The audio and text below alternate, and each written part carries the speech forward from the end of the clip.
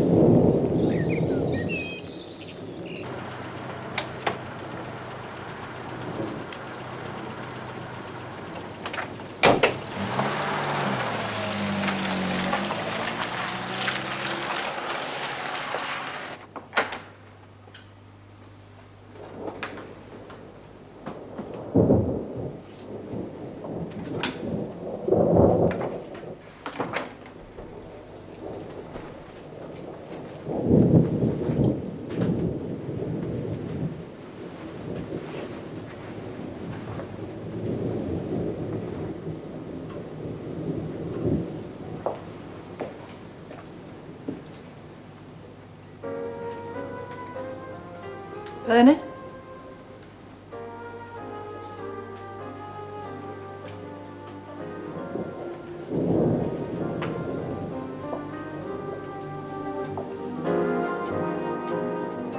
Bernard?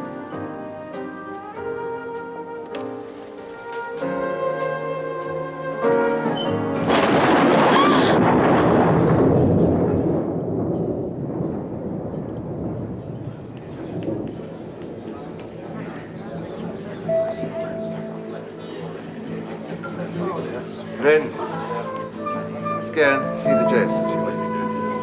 Go over here. Excuse me, okay? Well done. Hello.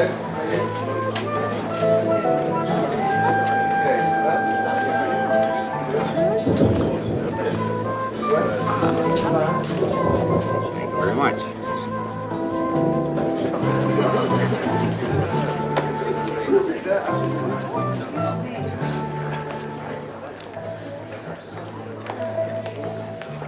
Well, you finally persuaded me, Tulliver. Took 2 years and an awful lot of whiskey. But you won't regret it, Maycroft. That I promise you. Well, I suppose it was about time. Business was getting too big. Too much for one company to handle. Now there's us, my company. With you handling Europe and us with Southeast Asia, the sky's the limit, Maycroft. I hope so. Now, there's one man who might not agree with you. Bernard.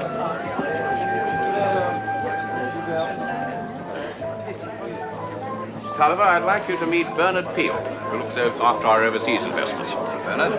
Tulliver? And very efficiently, too. We were just talking about the merits of this merger, Bernard. I'd rather not comment. Cautious, huh? Ill-informed.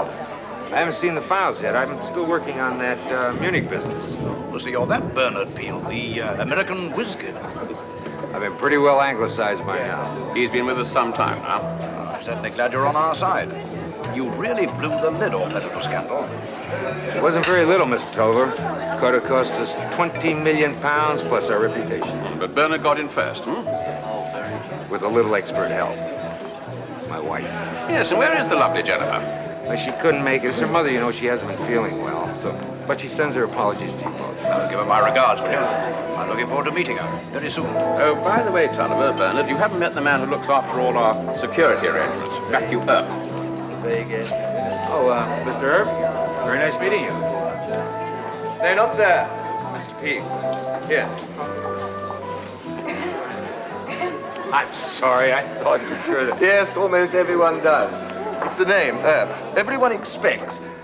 Well, they don't expect me. I've heard great things about you, Mr. Earp. Tulliver, George Tulliver. Mr. Maycroft tells me you're one of the best in the business. Brother, Mr. Maycroft is an unmitigated liar. One of the best. I am the best. I think I can modestly say that in my chosen craft of detective, I am the very best.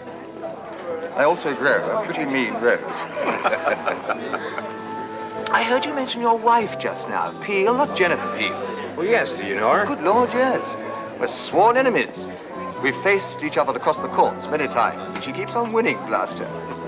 Mr. Peel happens to be married to one of the best female lawyers in the country. Don't tell me you're married to a blue stocking. Well, hardly. She's one of the best lawyers, and certainly one of the prettiest. Eh, Mr. Peel? I must agree. Oh, no, not another storm. Yes, it was raining when I arrived. Forecast. Gale and rain.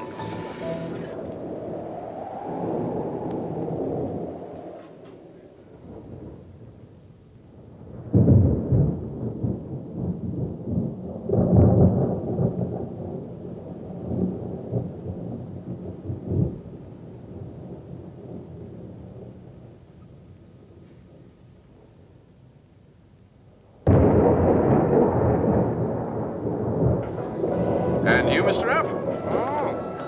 Never say no to a glass full of French bubbles. Or a pretty girl. Bernard? No, thank you. Driving. Very puritanical. But then that is your reputation, eh, Mr. Peel? Clear-headed, incisive. Forster, I didn't know you were turning up. I was invited, that is what you mean? I'd like you to meet George Tulliver. Carl Forster. Carl looks after our German interests. When I'm allowed to, without interference. Carl, that's not fair. You know the company rule. Anything wrong, we have to get an outsider to investigate. I only complain when the investigation includes me. In your own interests, Carl, we have to clear you. And we will. I hope. I haven't finished my audit yet. Gentlemen, you really ought to sample this vintage. The actual taste of sunshine is a rarity. I'm sorry, but I have to be leaving. Jennifer's calling me a little later. Mr. Tulliver? Mr. Earp?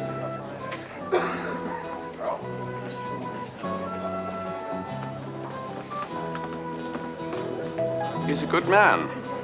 Yes. Interesting chap. Well, good night again. Darling, I'll see you later. I don't even know her. Well, then your luck is changing.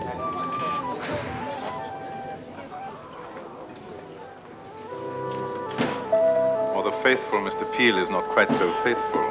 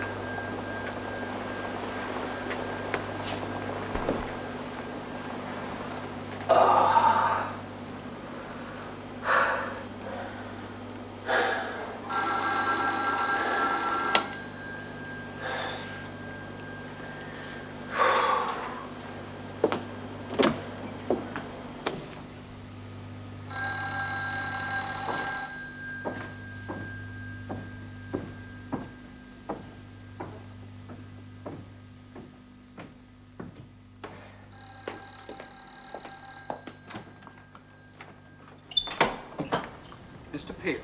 Yes? Police. Police? It's your wife we'd like to see, sir. Oh, yes, court business. Or perhaps you'd call her. Your wife. I'm sorry, I'm not myself. I just got up. In fact, you woke me up. She's not here at the moment. You just woke up, sir. Yes, I had a drink last night and went right to my head. You, had a little party. Tied one on, did you, sir? No, I just had one drink. Just one? That's what I said. Now listen, whatever your name is. Gifford. Gifford. And I'm Henry. And I said she wasn't here. Where is she, then? Well, as a matter of fact, she's with her mother. And I don't expect her home till late this evening. Wasn't here last night, then, sir? No, she wasn't here last night. When the cat's away, the mice will play. Hmm? What did you say? Tell me about this little party you had last night. Oh, for Pete's sakes, it wasn't here. It was an office party and... Hey, what do you think you're doing? What is this, become a police state or something?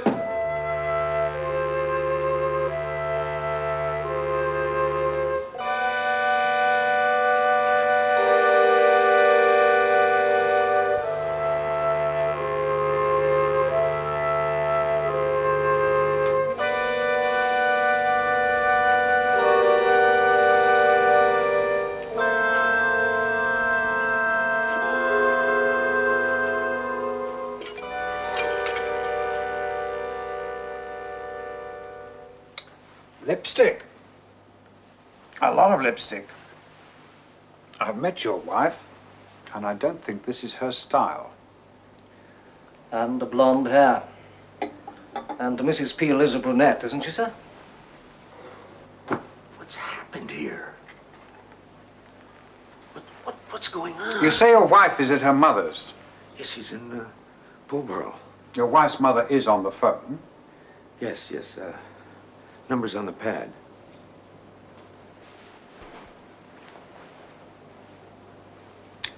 But I'd say that a man was entertaining a woman here.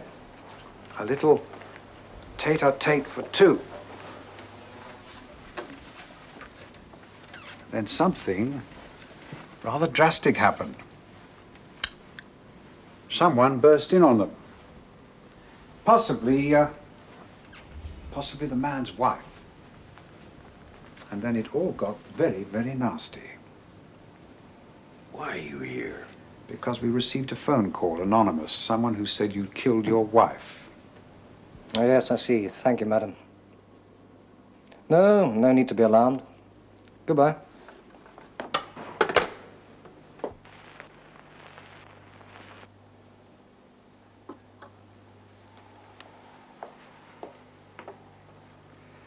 Mrs. Peel, your wife, sir, left her mother's home yesterday about 4:30. She was returning straight here. Yesterday, but I expected her home this evening. Now, she had a reason for returning earlier, sir, a good reason. She was told she would find you here with another woman. What? Well, she wouldn't believe... Now, what malicious We'll take a lying look son- around. I'll do the looking.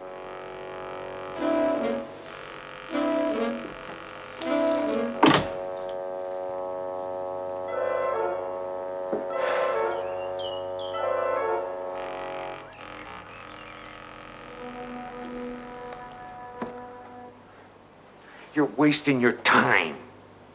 If Jenny left yesterday and she isn't here now, then something's happened to her. She's either had an accident or... Certainly looks that way, sir. Well, then why are you standing here? Why don't you...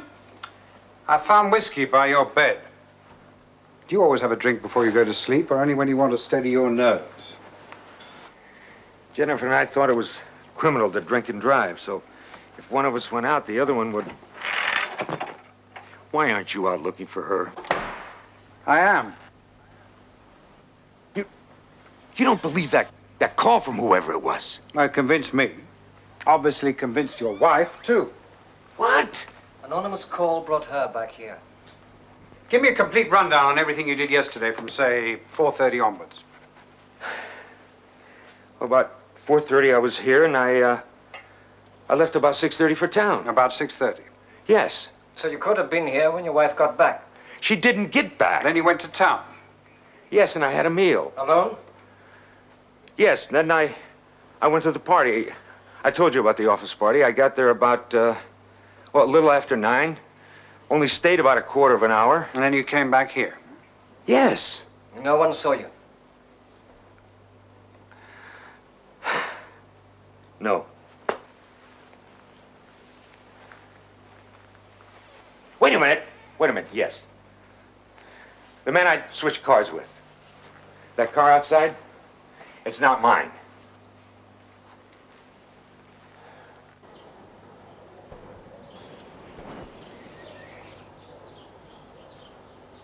Tell me about it. Well, there's nothing to tell. It was a filthy night out last night. I turned down a lane. There was a tree across it.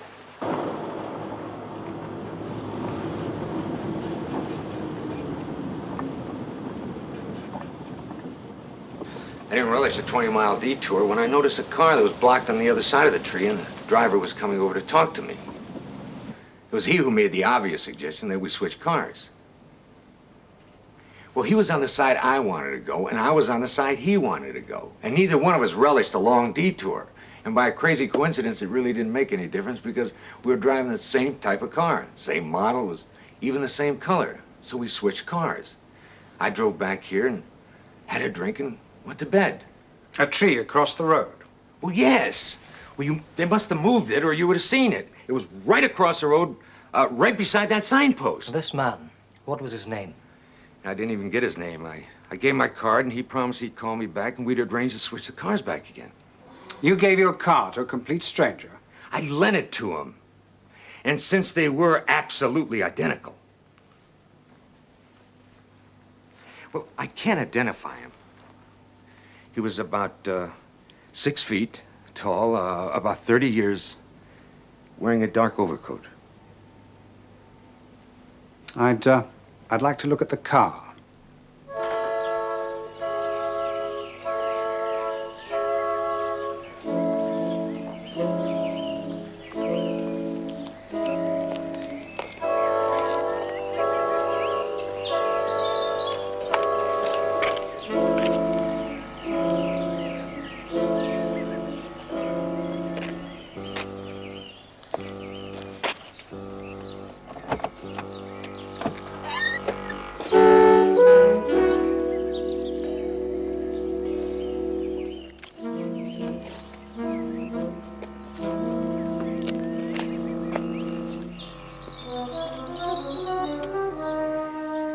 Jennifer.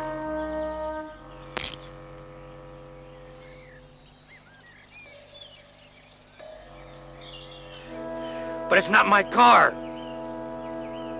I can prove it. The number of my car. NMK 11.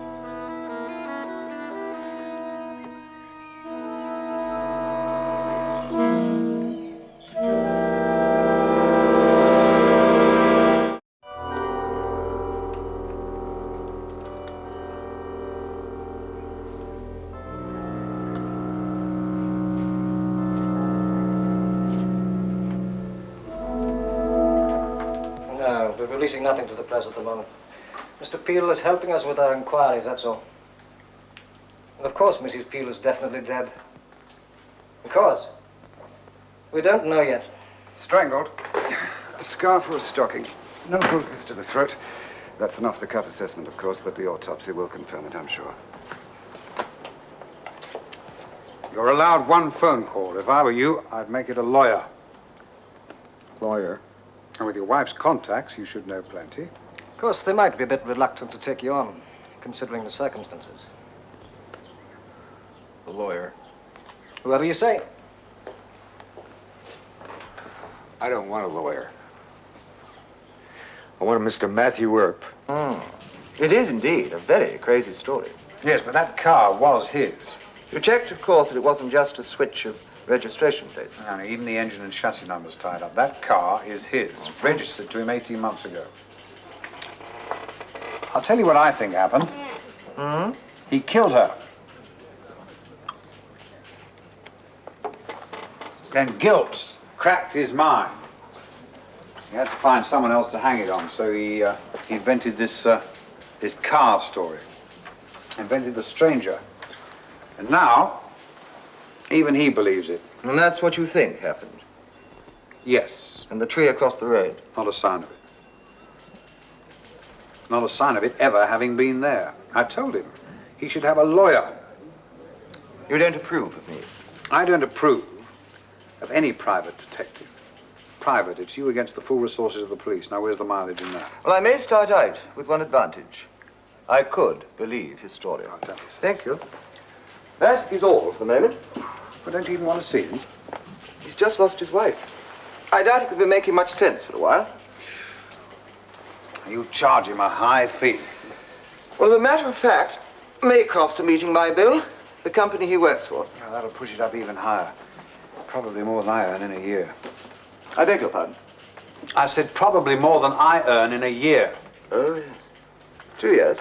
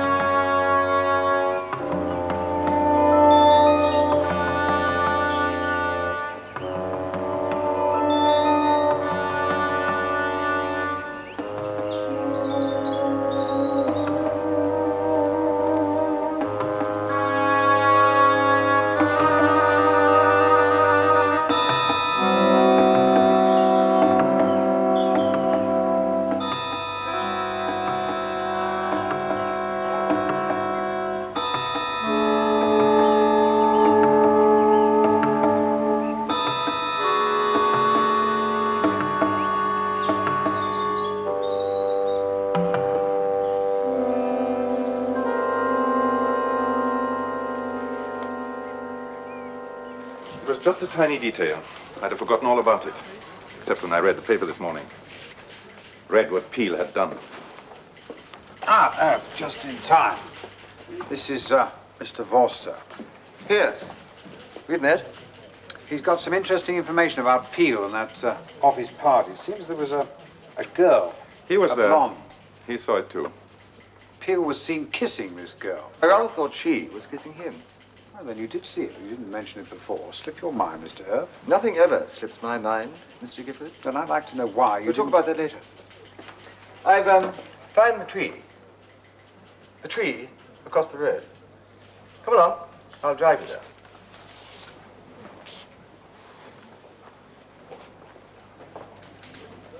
"50 yards up the lane." They couldn't have moved in without a lifting tackle. I checked that area for drag marks within... No, they didn't move the tree. Just the signpost. Well, that was Peel's term of reference, wasn't it? The tree was by the signpost. Well, it was, except that the signpost had been moved away from where it should have been, and later put back. Peel drives up that lane every day. A lane is not a lane at light, you know. They all look alike.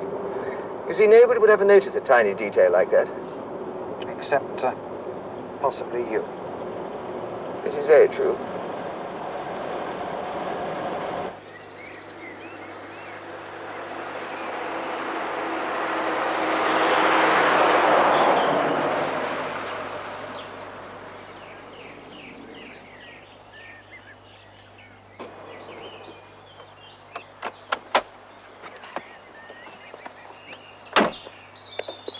Just there.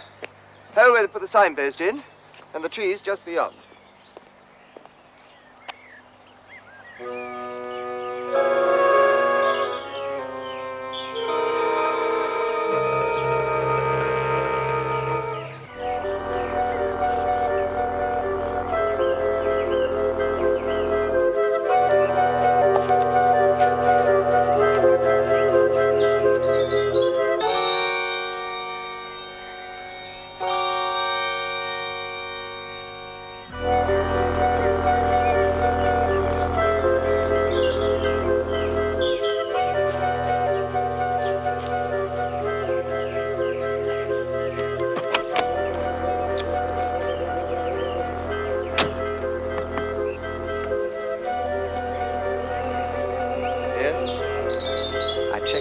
get paid by results. A bonus if you prove Peel innocent.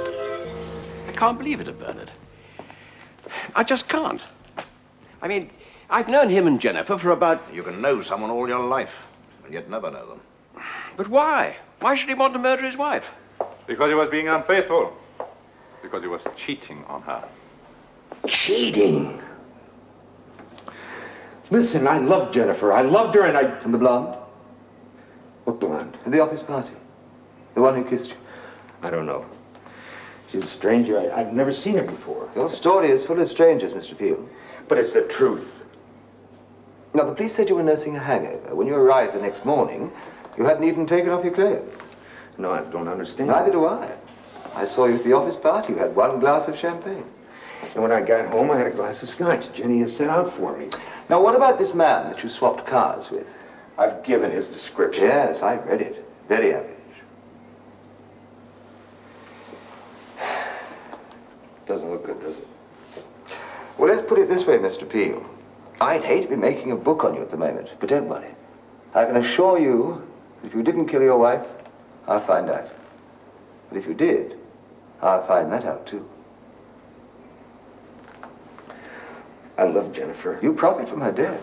I didn't realize she was such a rich woman. It all comes to you now. I loved her. And I found a tree that disappeared. His hand.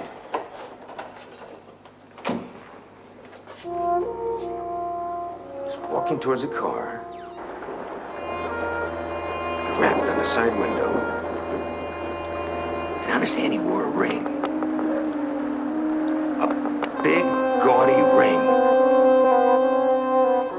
With a red stone in it. Well, does that help? Everything helps. Or it doesn't.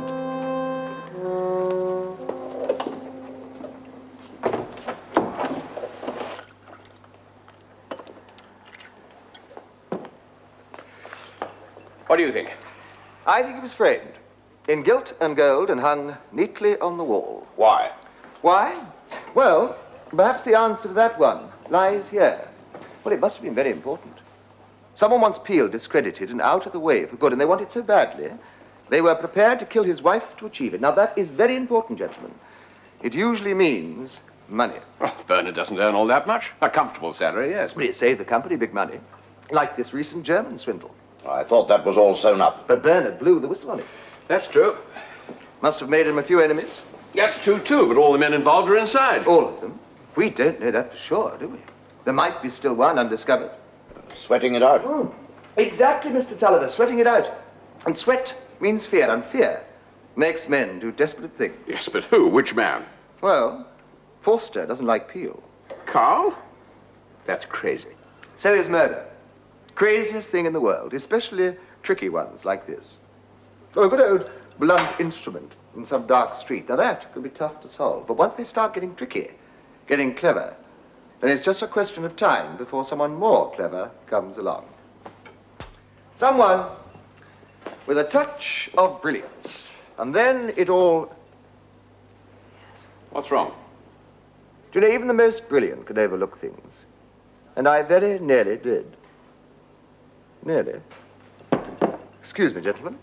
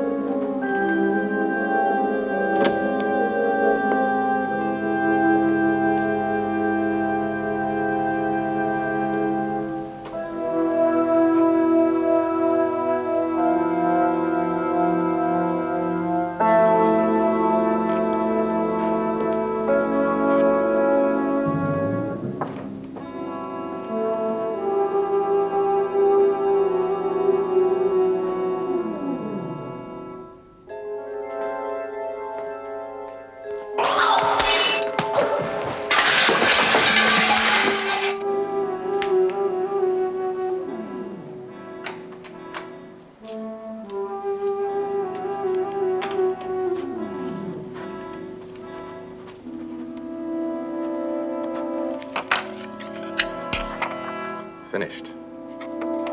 I do like to see a job completed neatly.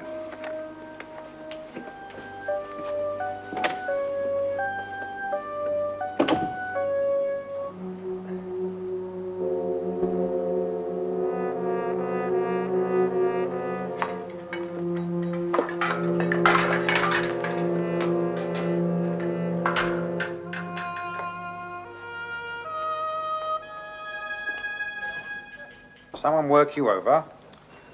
I was not worked over. I was bought. Very hard and very precisely. But that is not the point. The point is that I had that whiskey decanter, which you had neglected to check. And it smelt and tasted very odd. But don't you see? It was drugged. Peel did have only one drink and then passed out, as he was meant to do. And whoever it was moved in and arranged the frame. You don't give up, do you? I'm sorry. Trying to earn that fee. What a very ordinary man you are. Are you suggesting I'm suggesting you're ambitious, Mr. Earp. I'm suggesting you're greedy and desperate to prove Peel innocent. Desperate to the point of trying to persuade me by any means. The decanter was there. It smelt and tasted very, very odd. And now it's broken. And you got hit by some unknown assailant. Now, do you think I'm fool enough to attempt some illegal means How of did you get into that house, hmm?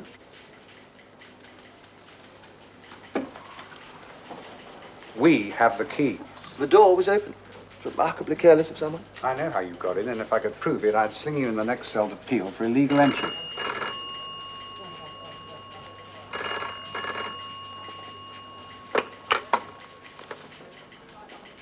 Yeah. Yes, all right. Your client, he wants to see you.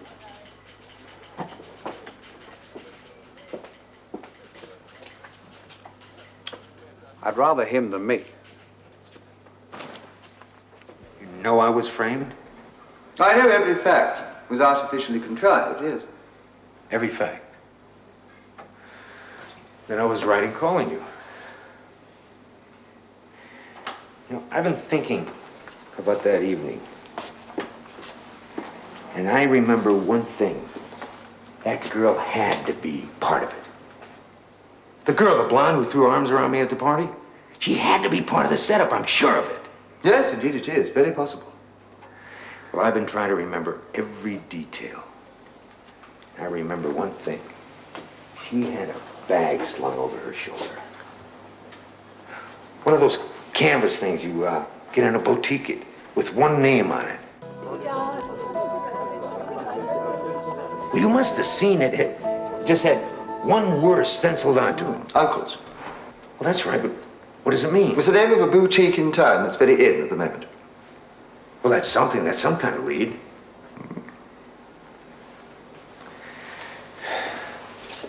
I know it's not much, but would you follow it up? Would you go there and check it out?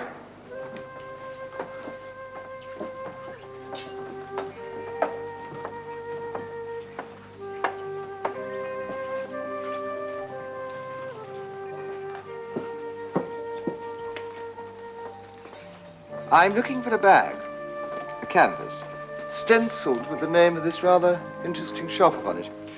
Sold out. Oh, congratulations. Much must be due to your own personal charm, business acumen, and driving sales attack. You're some kind of freak. Yes, possibly. According to Lang, you know, we're all mad, in varying degrees. But I don't suppose you keep a list of customers, do you? That sort of thing? Of course not. Too busy. Yes, I feared not. Nevertheless, perhaps someone ordered a bag by mail, do you see? No. No? Well, if they had, you'd have an address or... No. No. Can I help you? The girl from Uncle. What? We've met before. Oh, come on now. Oh, yes, we have. The other day at Maycroft's. The Maycroft office party. Oh, you were there. Oh, yes, you were. I never, ever forget a face. I suppose I was there. You were there. And you were being very provocative and very amorous. In fact, you kissed Bernard Peel. Peel? Oh, you mean the timid man? Or perhaps you intimidated him. Well, it was just a joke. Didn't it work? Oh, yes. Perfectly, I think. Oh, man. Mr. Peel is now under arrest for murder. You're having me on. Now, look, I mean, I don't know anything about it. Look, I'm busy. I want to know about this joke. I've told you, I don't know anything about You've already told me you did. it. Are you the police? A glance at my feet will tell you no. The joke. Can I trust you? Alone in my flat at 2:30 a.m.? No. But right now, yes, you can trust me. Look, I don't know anything about You're it. beginning to bore me with that remark, the joke. Just a chap came in here and said I looked like his friend's girl and he wanted to play a joke on him. Why? He didn't say why. Just that I was to go to this party, hide myself away, and then at the last moment I was to go up and kiss him. Well, he paid me £50. Expensive joke. Look, I don't want to get involved. What did he look like, this man who paid you the 50? He was about 30, tall, dark. Well, nothing special. Nothing special at all. Not a quirk of dress, style, personal jewellery. Yes, that's right. He wore a ring. A big, gaudy ring with a red stone. Oh, yes. Have you found the girl? Bernard's in the clear. She was bought for £50, Mr. Maycroft. Well, the police, that is to say Gifford, will say that I bought her for 100. They don't trust me. Well, I saw the girl. I could testify. Now, go on. Describe her. Well, she was blonde, pretty. Yes? Tulliver, you saw the girl who kissed Bernard Peel. What? At the party. Oh, yes. You'd know her again, wouldn't you? I don't know about that. You remembered her. Ah, but my business is remembering things. Salient things, odd things, unconnected things. Seems iniquitous. Poor Bernard, in jail. Framed for a crime. He wasn't framed. Well, he was and he wasn't. You're not making sense. No, what I mean is that the frame was incidental, a smokescreen to draw us away from what it was really all about. Now, gentlemen, I have checked and rechecked Bernard Peel's background, and I can find no possible motive for putting him in this fix. And indeed, if there were a motive, why murder her? Why not just go straight to the root of the problem and murder him? Jennifer was the real target. Why? If I knew that, Mr. Tulliver, I should know who did it. Excuse me, Mr. Tulliver. Is it all right if I drive Mr. Foster home? My own driver is ill. Yeah, sure. Go ahead. And go on home yourself after. I won't be needing you again today, Garfield. Thank you, sir. Earp, if your theory's correct... Who was that? Garfield. Well, he's just a general aide. I brought him over with me. He's not very bright, but he's willing. Deals with all the chores that you can't be bothered with. Is that it? Yes, that's right. Where does he live? In the butler's quarters? No, as a matter of fact, he's got his own apartment across the street from mine.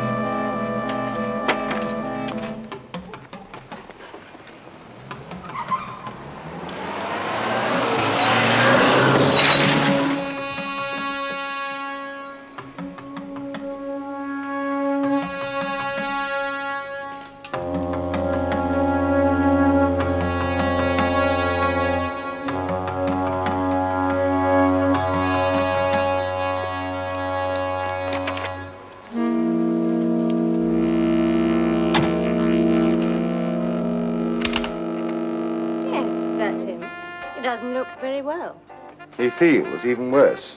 But that is the man. Yes. You'd swear to it? No.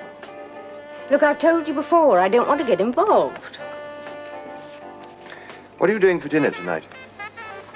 Look, I don't want to be involved. It's only because I'm busy. If I really had time to take you out to dinner, I'd persuade you. Eventually. Rushed off your feet? But isn't that all you need? Well, unfortunately, as you will detect from the odd angle of his head, he is extremely dead. I know it's a cliché, but clichés generally reflect absolute truth. Dead men tell no tales. But the girl can identify him She too. won't tell no tales either. Well, I'd rather Gifford did not know just how close I was to this man when he was killed. He might just make something of it. You're supposed to be the best, Mr. Earp. Ah, please. Let's drop the suppose. Then convince me. Yes, I will. But first of all, let's get back to your wife. Jennifer? At the risk of repeating myself, she is the key. This whole affair had only one aim, to put her out of the way. Why? Do you believe in astrology, Mr. Peel? Well, I do. Well, when the horoscopes are good. Now, I'm a Leo. Dynamic, a leader. Now, we Leos are tenacious.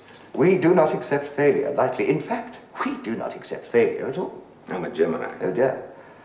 I glanced at your stars today. A long stay in unfamiliar surroundings. That's just great. Whereas mine stipulated a happy end to your chosen endeavors. Look to the future. No, it said nothing about that. No, that was Jenny's watchword. She even convinced the BOI. Oh, yes, the Bureau of Investment. Jennifer was a criminal lawyer, but a lot of her work washed over into civil cases, company issues. She was convinced that company crime would follow crime generally as it became more international, more diffuse, more difficult to detect. Yes, I've heard her discussing it. She was very convincing. Very. She convinced the Bureau of Investments. They put her on a retainer. It's a watching brief. She was compiling a dossier of men, businessmen from all over the world who might merit closer attention. Not the ones with criminal records, but the clever ones who may have gotten away with it. In some cases, there was no evidence at all except Jennifer's nose for trouble. They all went into her dossier. And this actually exists? Yes, of course. I've glanced through it a couple times myself. But like I said, it might just mention a name. Nothing more, just the name of a man to be watched and distrusted. Where is this dossier? It's in our safety deposit. And where's the key? Well, Gifford, he took it from me when I was arrested. Oh, that Mr. Peel is quite splendid. Yes, so it is. And it's been in your possession since the arrest? Of course. No chance of collusion, then? I want to open that safe, and I want you there with me. Another fool's errand? I may conclusively prove that Bernard Peel was framed. Come on.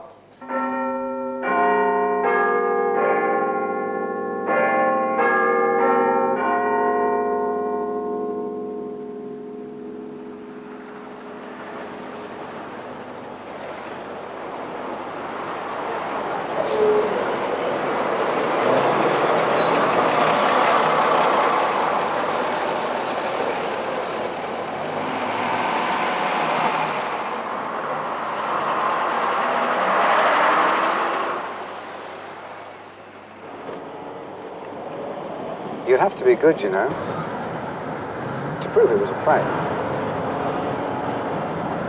There's that little matter of the switched cars, for instance. Oh, my goodness, I had that worked out ages ago. Well, the switch. If there was one. Indeed, if there was one. It took place at the car park at Maycross. Identical car, same plates, same colour, was put in the place of Bernard's. Bernard then drove it to the tree, and there was persuaded to swap for his own car. The body was already in the back. But the number plates? Identical on both cars. The one on Bernard's was mud-splattered, and it was dark. 1,000,000 to 1 chance he'd notice.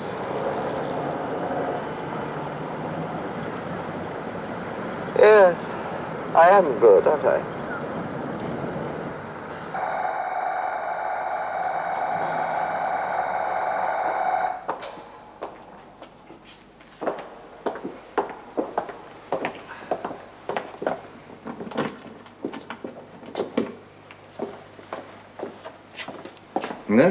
No. If there's anything to be found, I want you to find it.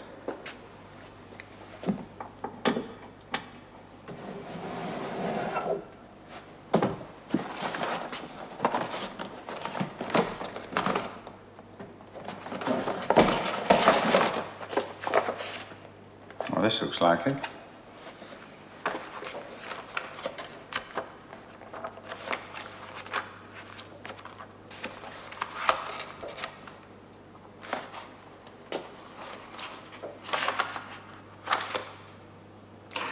It was her hunch file.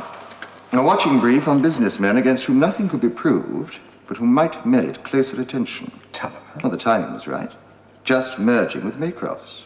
A whisper of scandal. Could squash the whole deal. It's just a question of brain cells, you see. A few of us are more endowed than others. Tulliver? Yes, Garfield was his man. Garfield? Yes, Garfield was murdered a short time ago. It quite slipped my mind to tell you.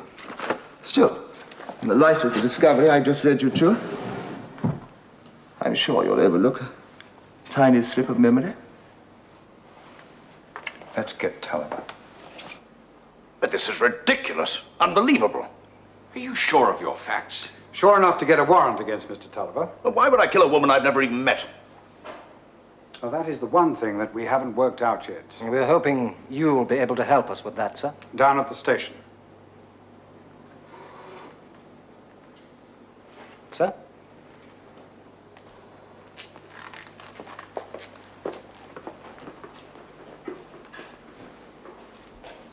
He earned his fee.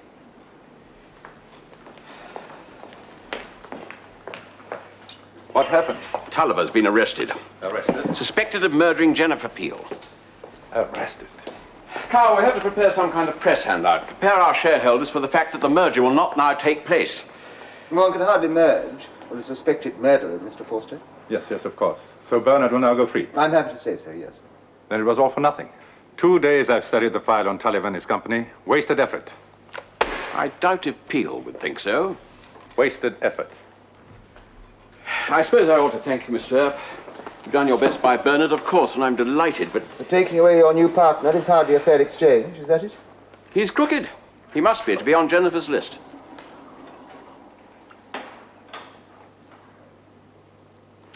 Excuse me. What's the matter? Nothing. I'll send my bill in due course, Mr. Maycroft.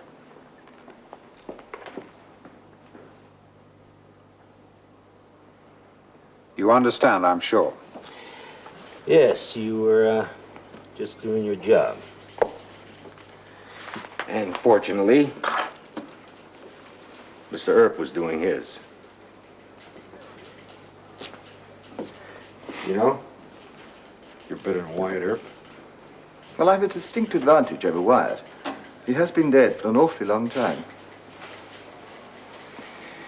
I want to thank you again. I owe you a drink or something. And a lot more.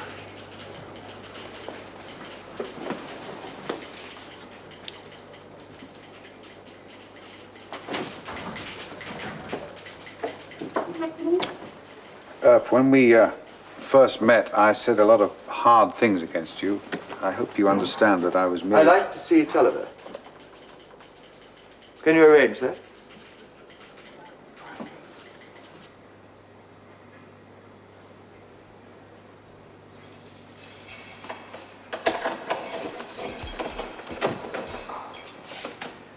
Thank you. You come to gloat or offer your condolences? My services. I came to offer my services. You are in a bad fix, Mr. Tulliver, very bad. In fact, only someone superbly brilliant can help you. Of course, the cost of hiring me will not be cheap, but I'm sure we can come to some amicable arrangement. And once I'm working for you, Mr. Tulliver, I think I can guarantee to have you out of here in the next 24 hours.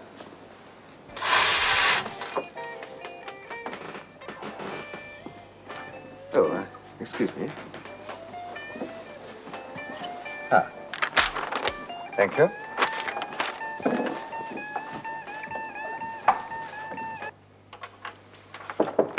Come in.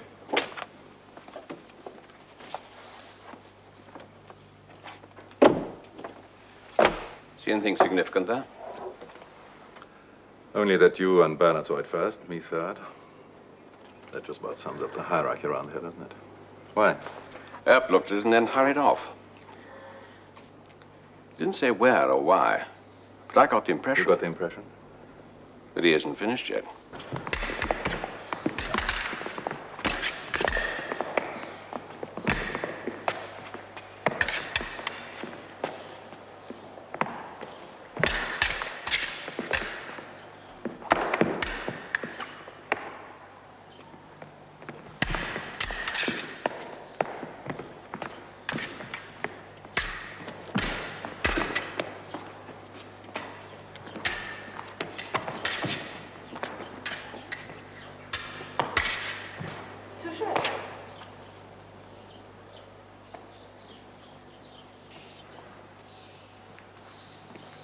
I wonder if you would oblige me. It's been a long, long time. You'll have to go easy with me.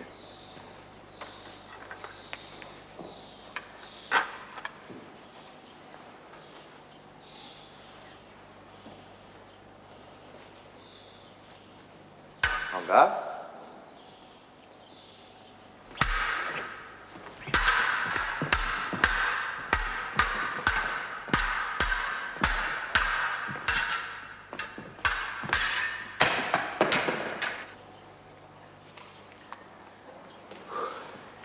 I'm sorry.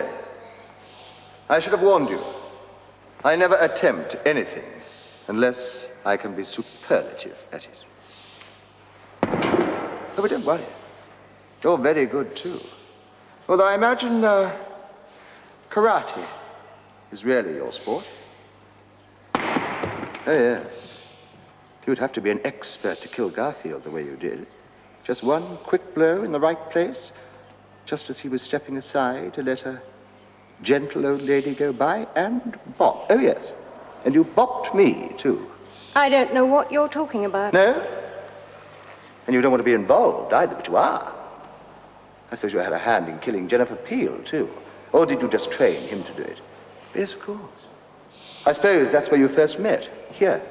You wrestled on the mat, found true love and a mutual spirit of avarice and ruthlessness, and you cooked up this tricky little scheme. It's far, far too tricky, you know. I always said so.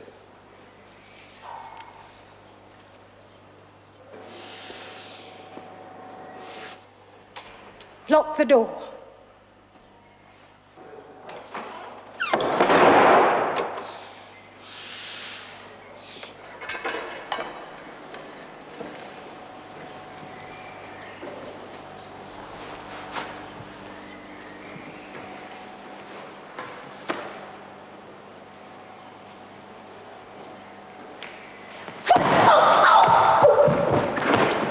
Sorry, but one bop was enough.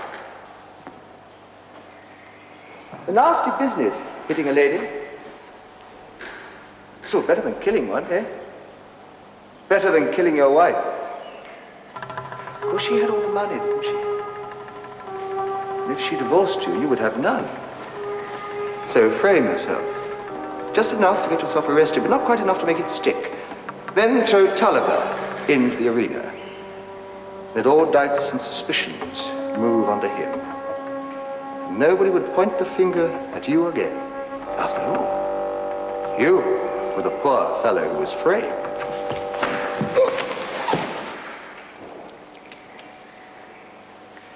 It always bothered me, you know, the way you kept leading me from clue to clue. But the real clincher was your own careless mouth and my flawless memory. Remember the party? You said you'd rather not comment on Tulliver. I haven't even seen the files yet, but those files were booked out to you weeks ago. You held them for days. You knew all about Tulliver and Garfield. In fact, you picked on Garfield as the man you would pretend to swap cars with. Oh, yes, and you keep rapiers in the hall. Those, and a little poster that Uncle's led me here. I warned you that if you didn't kill your wife, I'd find out. Or, if you did, I liked Jennifer.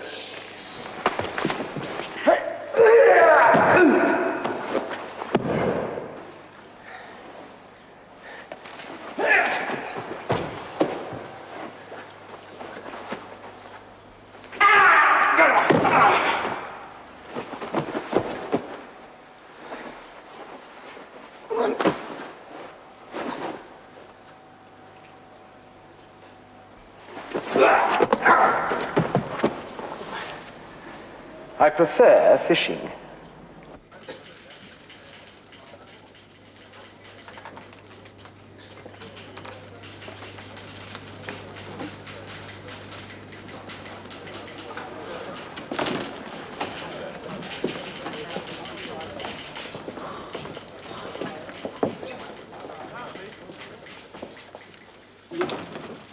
It's unfortunate business, Mr. Tulliver.